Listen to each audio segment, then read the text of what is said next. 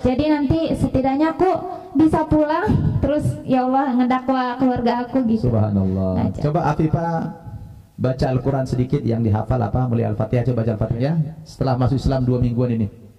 Pertama kali yang saya rasakan bisa Ramadan ini dan bisa menjalankan ibadah puasa, tentunya bahagia banget bisa melakukan ibadah bareng sama teman-teman, bisa sholat taraweh meskipun nggak bisa di masjid, tapi kita masih bisa ngumpul di pesantren.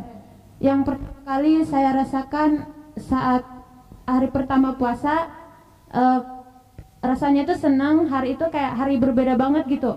Yang biasanya pagi-pagi tidur jam 4, ini udah sahur bareng. Terus memang sih pas pertama menjalankan puasa itu kayak terasa laparnya, terasa hausnya, tapi tetap bersyukur banget karena ini adalah bulan yang sangat ditunggu-tunggu karena penuh dengan pahala. Jadi meskipun masih terasa lapar, alhamdulillah saya masih semangat untuk menjalaninya. Subhanallah. Jadi agak perutnya kurang adaptasi ya, belum adaptasi jadi terkejut gitu ya. Tapi karena ada niat yang kuat sehingga mampu menjalankan lulus ya. Iya Ustaz. Alhamdulillah. Dulu pernah puasa nggak sebelum Muslim? Sebelum memeluk agama Muslim nggak pernah sama sekali ya. Jadi baru kali ini merasakan. Ya. Tapi kalau lapar pernah nggak dulu lapar gitu pernah? Tentu. Lapar tapi bukan niat ibadah ya. Iya. Jadi kalau ini kita lapar niat ibadah sehingga ada kekuatan ya, ada energi yang Allah berikan ya. Kalau Safia, apa yang dirasakan untuk pertama sekali menjalankan ibadah Ramadan itu? Ya silahkan lihat ke pemirsa sana ya. Yang saya rasakan nikmat di bulan lihat ke kamera sana ini. Itu lagi pemirsa pengen melihat wajahnya Safia ini dari Timur Leste soalnya ya. Yang saya rasakan nikmat di bulan Ramadan ini, dan saya bisa bareng sama teman-teman sholat taraweh pagi-pagi, sahur bareng. Dulu masih agama Katolik itu saya nggak pernah puasa, nggak pernah sholat berjamaah kayak gini. Ya enggak, mana ada sholat berjamaah. Ya, ya sudah pasti nggak ada lah sholat berjamaah ya kan, namanya belum Muslim ya. Jadi sekarang ini nikmat ya. Kemarin kaget nggak? Terasa lapar juga? Iya kaget, rasa lapar. Tapi sempat nggak lupa gitu, tiba-tiba mau makan gitu ada nggak? Lupa? Nggak ada. Nggak ingat ya? Nggak lupa ya? Tak tahu kalau dalam puasa ya. Alhamdulillah, subhanallah. Kalau Afifah gimana pengalamannya? Menurut saya ya, kalau yang saya alami, kita semua pasti pernah merasakan rasa lapar ya dan haus. Dan itu bukanlah puasa, tapi tidak makan dan tidak minum gitu. Karena saya dulu banyak kegiatan, jadi hal itu udah biasa gitu. Tapi biasa berlapar gitu. Biasa. Tapi dulu juga saya nggak ngerti apa sih puasa itu. Yang saya tahu, oh orang-orang hanya tidak makan di waktu siang hari gitu kan. Tetapi setelah saya mempelajarinya, setelah saya belajar melakukannya, ternyata nikmat sekali gitu rasanya. Aduh, luar biasa. Gimana kita itu sama-sama menahan diri dari segala hal yang gimana ya, yang tidak sama sekali tidak berguna, tidak ada manfaatnya atau pahalanya gitu. Jadi di bulan ini di sini saya melihat ya Allah, teman-teman saya yang biasanya megang gimana ya, buku yang lain, tapi ini Masya Allah megang Quran gitu. Setiap temu megang Quran. Jadi itu jadi menarik diri kita, selalu mengingatkan kita juga ketika melihat teman-teman gitu. Subhanallah. Ya, dan indahnya di Islam itu kan berpuasa seperti Afifah tadi katakan kan tidak sekedar menahan lapar dan haus saja. Kalau hanya sekedar menahan lapar dan haus, saya pikir setiap orang bisa gitu ya. Jangankan 14 jam, ya 24 jam pun tahan. Tapi yang menarik itu seperti kata Afifah tadi, di Islam itu juga kita menahan hawa nafsu.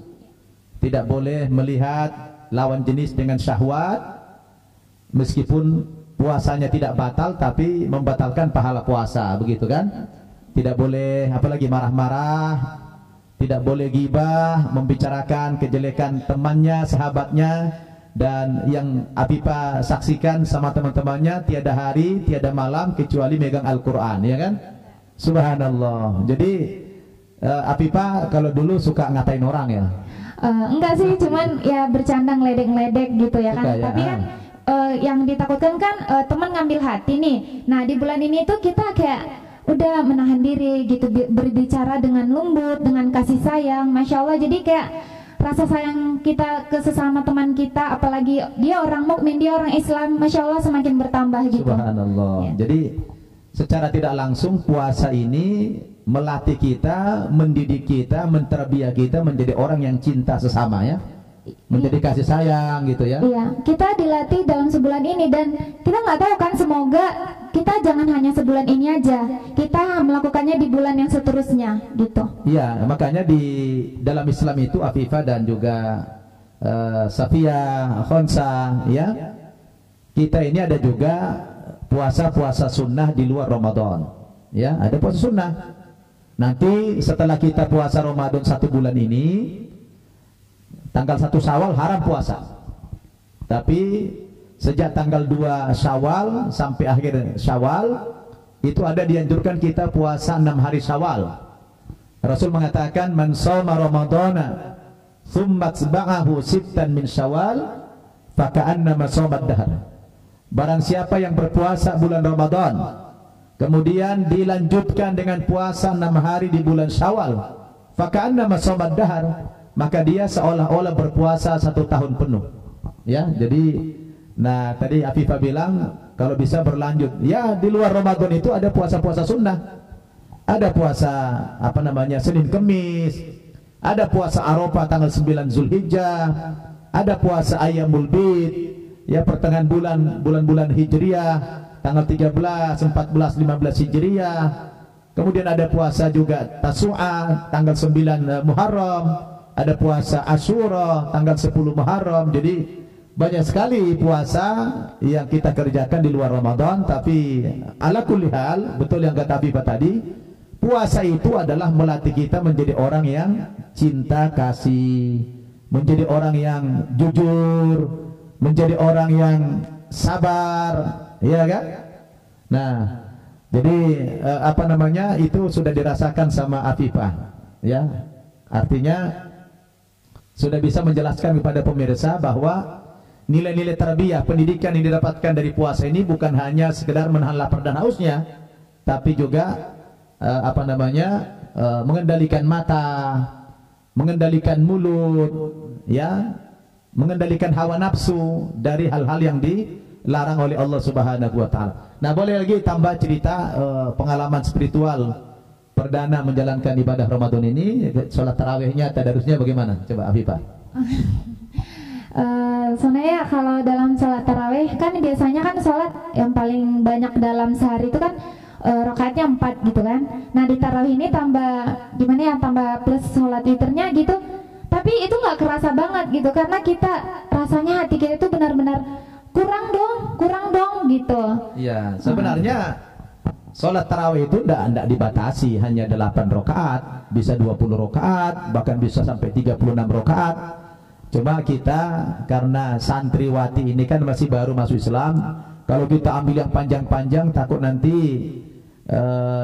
shock ya, tidak mampu berdiri lama-lama gitu kan, takutnya minta pulang-pulang lagi. Nah, ya kan? Tapi ala kulli hal Afifah merasakan malah pengen nambah ya. Insyaallah tahun depan kita tambah lah. Ya, apalagi pengalaman yang ketika buka puasa begitu apa yang dirasakan? Ya, ketika buka puasa sebenarnya kan di sini kayak lebih menambah kekompakannya, kayak menyiapkannya, kerjasamanya gitu, dari yang biasanya ambil sendiri, jadi sekarang kayak kerjasama gitu. Subhanallah. Terus waktu minum itu apa yang dirasakan? Kan hilang dahaga gitu. Nikmat gak? Nikmat sekali. Alhamdulillah. Kalau Safia, gimana melihat suasana Ramadan itu di pesantren bersama para mu'allafah itu? Apa pelajaran yang didapatkan selain merasakan lapar dan haus itu? Ya, kebersamaan atau apa sholat tarawihnya itu gimana yang dirasakan? Ya, senang banget. Senang banget ya? Ya. Alhamdulillah. Kalau begitu pengen nggak ngajak keluarga masuk Islam? Pengen. Mirsa melihat dia langsung pakai cadar. Memang latar belakangnya Khonsa ini tertarik masuk agama Islam karena melihat teman-teman wanitanya pakai cadar. Dia merasa pakai cadar itu lebih nyaman, lebih terpelihara kehormatannya. Orang yang sudah bersuami istri, ya istri itu wajahnya buat suaminya saja. Subhanallah, ya. Dan baru saja dia mengatakan hikmah yang didapatkan dari puasa ini adalah adanya rasa syukur. Kenapa? Karena menahan lapar haus itu melatih dia untuk lebih peduli lagi kepada orang miskin, orang-orang yang susah di luar sana. Betapa tidak enaknya lapar dan haus itu. Begitu ya? Ternyata lapar haus itu tidak enak gitu kan. Nah, kalau kita merasakan tidak makan, tidak minum hanya hitungan jam, 14 jam paling lama. Tapi saudara-saudara kita di luar sana, apalagi masa Covid ini, banyak yang pengangguran, banyak yang di PHK dari pekerjaan. Mereka bukan hanya 14 jam merasakan lapar haus itu, bisa berhari-hari, Masya Allah. Nah, salah satu tarbiyah pendidikan yang didapatkan oleh khonsa dari puasa ini, mendidik dia menjadi orang yang lebih bersyukur kepada Allah Subhanahu wa Ta'ala, dan kalau punya rezeki berusaha untuk bisa berbagi walau sedikit menurut kita, tapi bagi orang yang menerima yang kesusahan tentu sangat besar faedahnya, sangat besar manfaatnya. Subhanallah, ya. Jadi pemirsa Anda TV, sahabat-sahabat FB dan sahabat-sahabat IG saya rahimakumullah, kesan-kesan mereka di dalam menjalankan ibadah Ramadan ini sangat menginspirasi kita semua. Mereka ini adalah orang yang perdana menjalankan ibadah Ramadan pada tahun ini, tapi mereka sudah bisa memberikan gambaran umum ya, seperti apa nikmat dan hikmah daripada berpuasa itu. Saya mau ingin kembali kepada Afifah lagi. Kira-kira ada nggak pesan-pesan khusus kepada keluarga atau kepada sahabat-sahabat atau kepada pemirsa kita? Ada nggak kira-kira? Kan tentu di dalam bulan Ramadan ini meskipun beragama Islam, belum tentu semua orang Islam menjalankan ibadah puasa, ya kan? Kan banyak juga umat Islam yang KTP, ya, yang masuk surga KTP-nya saja. Dia faktor Muslim lahir, tetapi tidak menjalankan ibadah puasa, tidak sholat, dan juga tidak menjalankan ibadah-ibadah yang lain. Kira-kira kalian sebagai mu'allaf yang baru, ya, hitungan bulan lah di dalam agama Islam ini, ada nggak pesan khusus kepada mereka umat Islam yang terlahir dari Muslim kok tidak menjalankan ibadah, apalagi di masa Covid sekarang ini? Pesan-pesan buat saudara saya di luar sana, laksanakanlah ibadah puasa hanya sebulan, hingga nanti juga saudara akan terlatih gitu, karena sama sekali sedikit pun nggak ada ruginya gitu, Ustaz.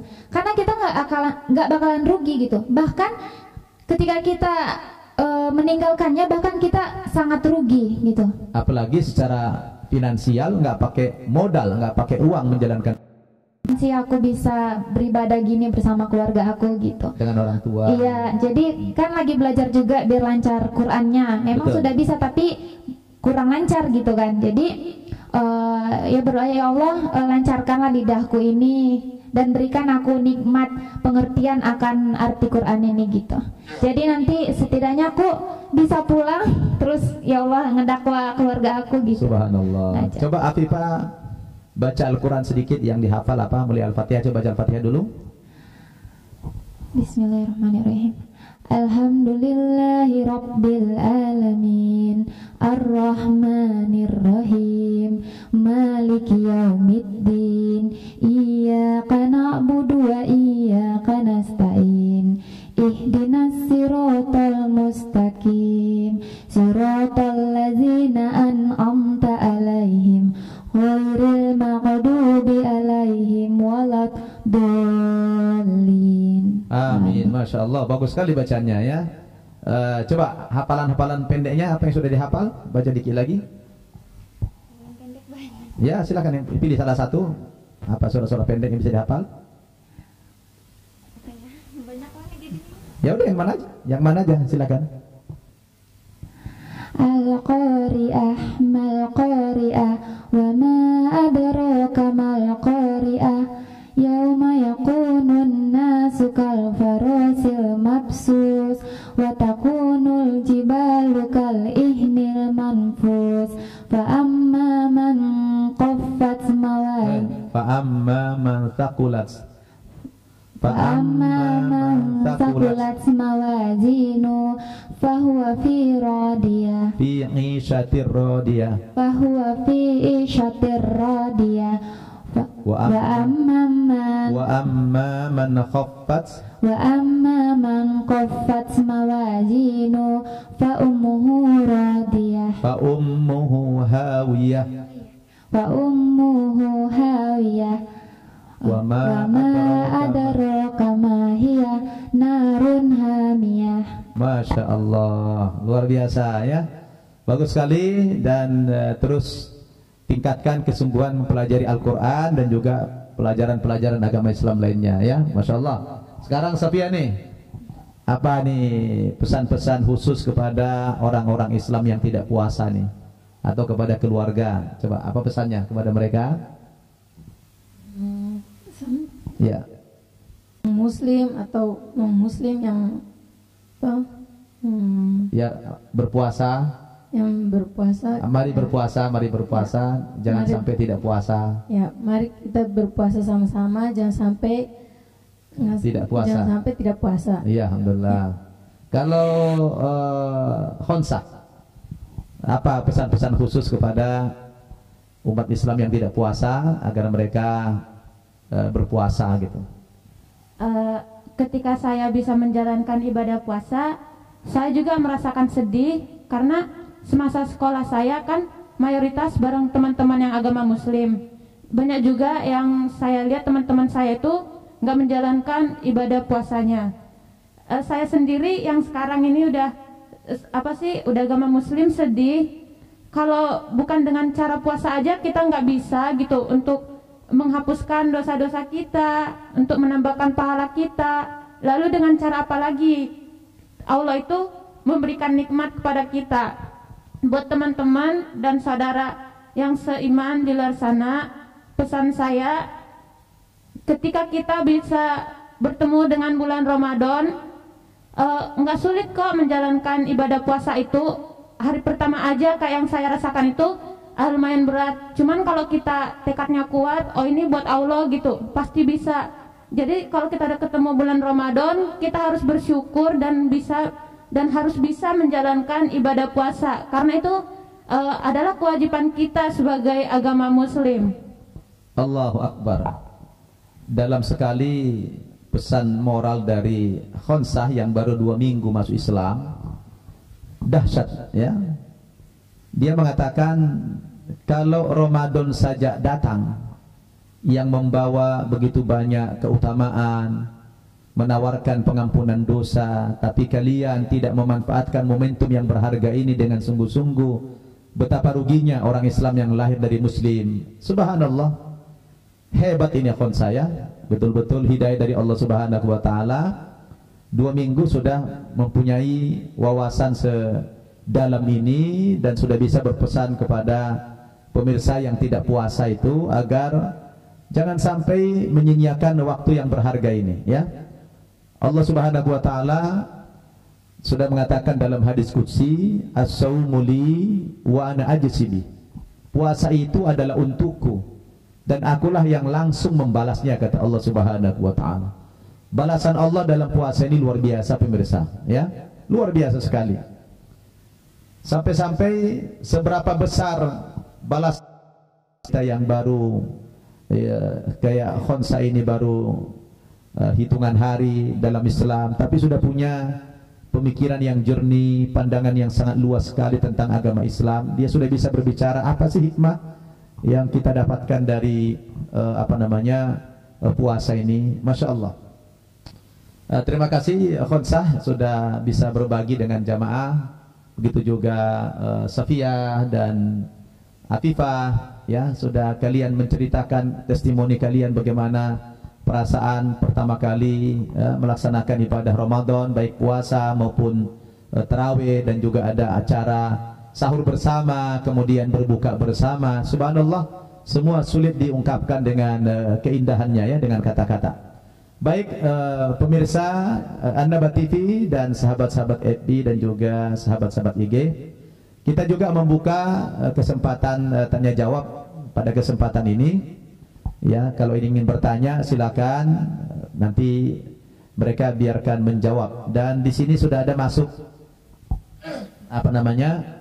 pertanyaan satu orang dari saudara Tommy. Assalamualaikum Ustaz. Saya dari Kabupaten Malang, mau tanya, apa hukum organisasi atau golongan dalam Islam seperti NU, Muhammadiyah, LDI, Sunni dan lain-lain?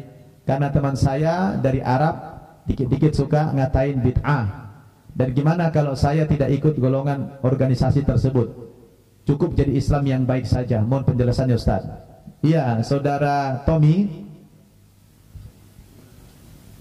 yang namanya NU, Muhammadiyah, Al-Wasliyah, LDI, itu semua adalah hanya organisasi bentukan manusia saja. Organisasi pergerakan pendidikan, pergerakan dakwah dan lain sebagainya. Jadi tidak ada tuntutan ya untuk kita bisa harus bergabung di organisasi tersebut, tidak. Jadi Anda cukup menjadi muslim biasa saja, mempraktekkan ajaran Islam. Ya, apa yang disyariatkan oleh Allah kita patuhi, apa yang dilarang oleh Allah kita tinggalkan.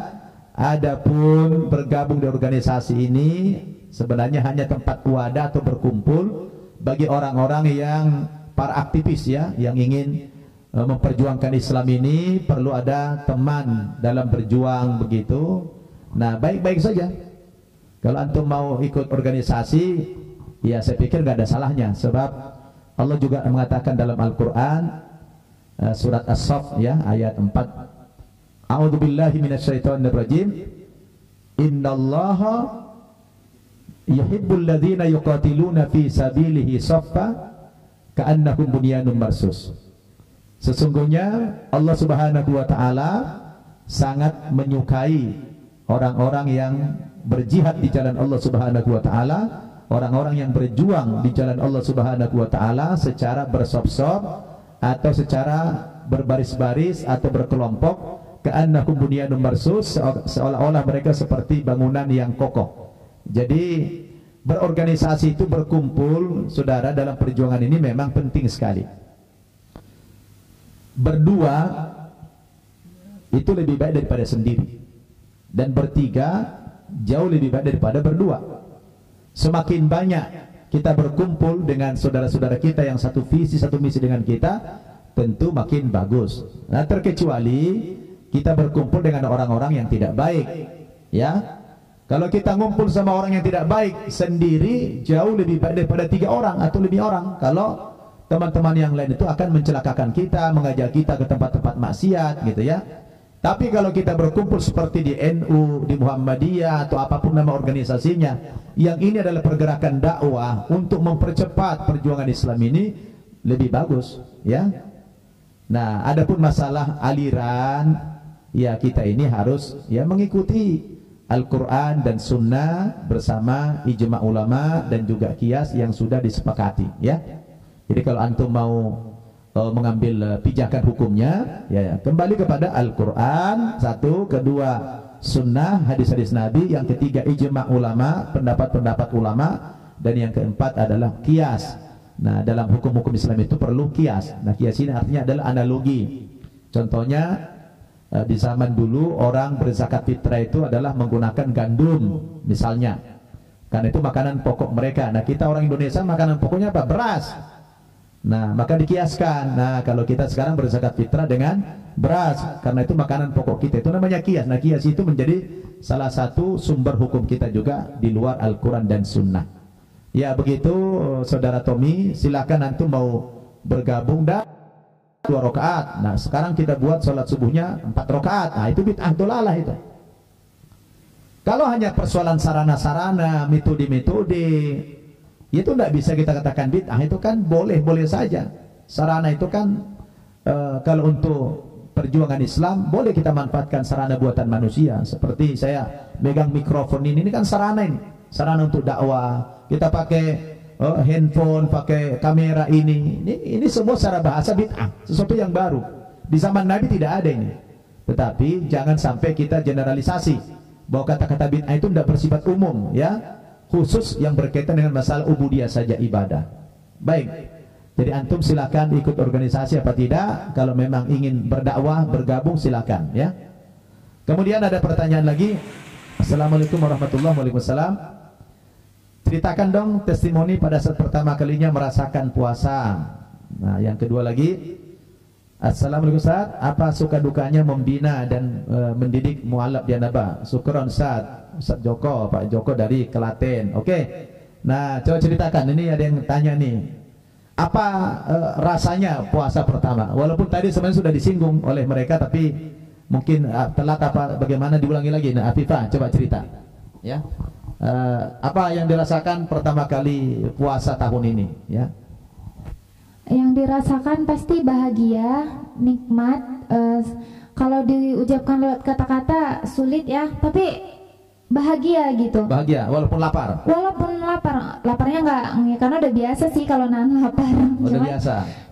Yang agak sedikit sulit itu menahan diri dari ucapan, mata, apalagi megang handphone. Jadi lebih baik sama sekali kurangin gadget atau apapun itu ya. Perbanyak megang Al-Quran, karena apalagi sekarang kan banyak iklan yang kita nggak tahu iklannya apa, berbunculan gitu. Jadi alangkah lebih baik ya udah beralih ke Al-Quran gitu. Alhamdulillah. Jadi yang dirasakan bahagia. Puasa pertama itu bahagia, nikmat sekali. Dan ada ya sulitnya, yaitu menahan diri, menahan mulut, menahan mata. Itu aja sulit ya.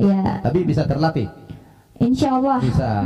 Alhamdulillah. Oke, kalau Khonsa gimana? Khonsa, ceritakan dikit pengalaman pertamanya tadi mungkin telat ini Pak Joko bertanya.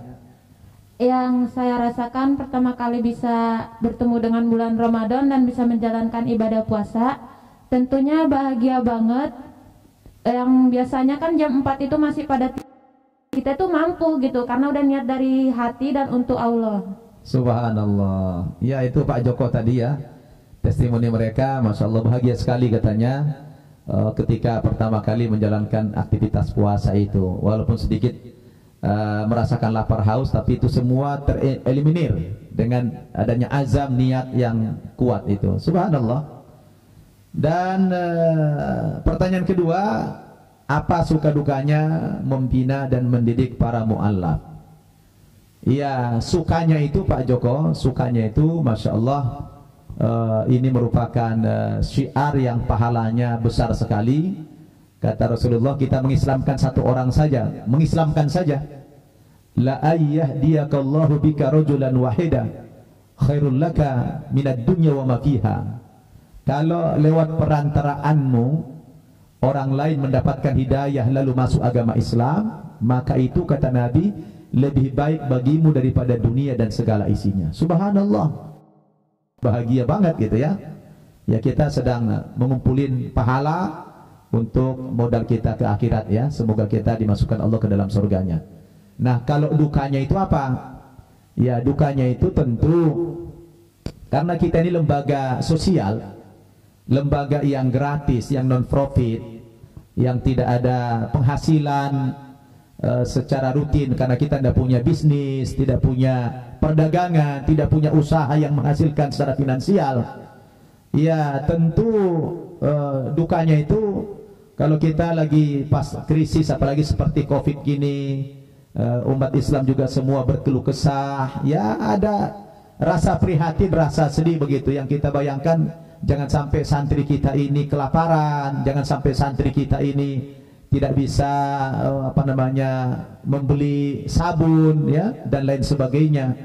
Nah, disinilah sebenarnya dituntut saling kita mendukung kepedulian sesama muslim ini, terutama kepada mu'alaf. Dan antum tahu mu'alaf itu kan ada jatahnya, ada haknya di dalam zakat kaum muslimin 1/8. Jadi 8 asnaf yang berhak menerima zakat dari umat Islam itu salah satunya adalah mu'alaf, seperti yang Allah sebutkan dalam Al-Quran surat At-Taubah ayat 60 ya. Innamas sadaqatu lil fuqara wal masakini wal amilina 'alaiha wal mu'allafati qulubuhum ya.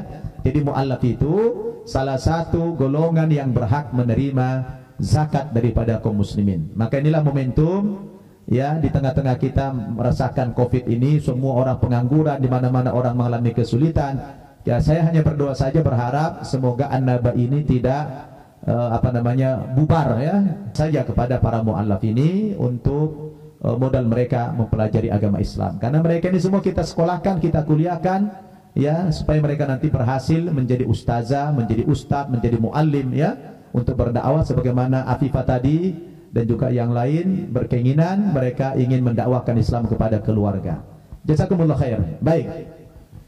Ada lagi pertanyaan dari Bali nih. Assalamualaikum Ustadz, saya Fajar dari Bali, mau tanya santriwati mualaf, bagaimana perasaan mereka tidak bisa menjalankan ibadah Ramadan dengan keluarga yang mereka belum Islam, belum dapat hidayah? Ya, tadi sebenarnya Ki Afifah sudah mengatakan ya, sedih ya. Coba Afifah jelaskan bagaimana sedihnya tidak bisa bersama keluarga karena keluarga belum Muslim ya. Ya.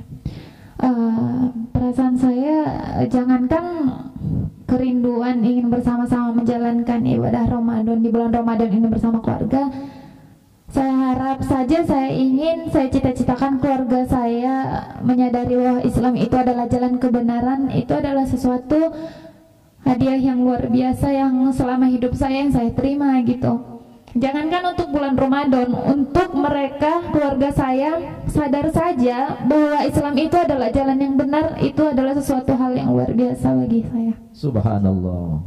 Ya, jangankan puasa bersama, keluarga mereka bisa terima mereka saja dalam Islam ini. Tadi jangankan puasa bersama, untuk bisa mereka terima saja dia berislam itu sudah luar biasa rasa syukur mereka. Subhanallah ya. Terima kasih Pak Fajar dari Bali sudah menanyakan hal itu dan sudah membangkitkan emosi spiritual mereka lagi, mengingatkan kepada keluarga. Tapi tidak apa-apa, itu bagus sekali karena antum penasaran ya bagaimana perasaan mereka setelah menjadi mu'allafah ini. Baik pemirsa An-Naba TV dan juga sahabat-sahabat FB dan IG, tidak terasa kita sudah 1 jam ya bincang-bincang dengan para mu'allafah ini yang sangat mengharukan sekali, karena sebentar lagi kami di Jakarta akan buka puasa. Maka sementara waktu kita cukupkan sekian dulu bincang-bincang kita dengan para mu'allafah ini. Mudah-mudahan kesaksian mereka atau testimoni mereka bisa menginspirasi kita semua untuk lebih dekat lagi kepada Allah Subhanahu wa taala, lebih mencintai agama Islam ini, dan mari kita bersungguh-sungguh di dalam menjalankan ibadah Ramadan ini. Mudah-mudahan Allah Subhanahu wa taala ampunkan segala dosa-dosa kita yang lalu dan yang akan datang, dan mudah-mudahan Allah lipat gandakan pahala kita semua. Dan saudari-saudari kita ini semoga semakin dikuatkan iman Islamnya oleh Allah Subhanahu wa taala, ditambah hidayah kepada mereka sehingga mereka semakin istiqomah di dalam agama Islamnya, dan kita harapkan mereka semuanya bisa menjadi mu'allimah, menjadi ustazah di masa yang akan datang. Mungkin kalimat penutup dari masing-masing boleh disampaikan kepada pemirsa. Sampaikan kata-kata penutup, apa minta tolong didoakan atau bagaimana, silakan. Kalau dari saya minta doanya dari semua pemirsa, dari semua saudari-saudari seiman saya di luar sana, agar semakin banyak orang yang sadar akan Islam, bahwa Islam itu adalah jalan kebenaran. Subhanallah. Sama-sama kita doakan. Ya. Kalau Sofia, silakan. Ada kalimat terakhir, minta tolong doa atau apa? Ya, buat pemirsa dan saudara-saudari seiman yang di luar sana, tolong doakan kami supaya kuat dalam Islam. Ya. Kalau Khonsa, silakan kalimat terakhir. Saya cuma minta bantu doa, semoga saya dan juga teman-teman yang belajar semoga semakin istiqomah dan bisa mengajak teman-teman yang di luar sana untuk lebih menaati atau menjalankan kewajiban-kewajiban dalam beragama, dan juga bisa mengajak dan juga baru menjalankan ibadah Ramadan pada tahun ini sudah menggugah perasaan kita semua, dan kita terharu mendengarkan testimoni mereka. Mudah-mudahan pemirsa semuanya dan sahabat-sahabat saya di FB dan IG juga, kalian bisa ikut menikmati apa yang mereka rasakan hari ini, dan terima kasih atas kebersamaannya.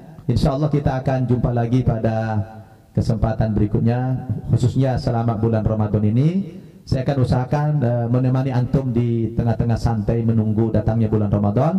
Kita terus membahas keagungan agama Allah Subhanahu wa taala. Saya Ustaz Nababan bersama para santriwati kami menyampaikan ucapan terima kasih.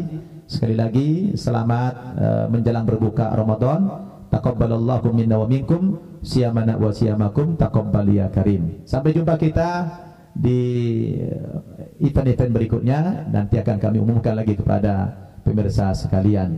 Kita tutup dengan doa kafaratul majlis.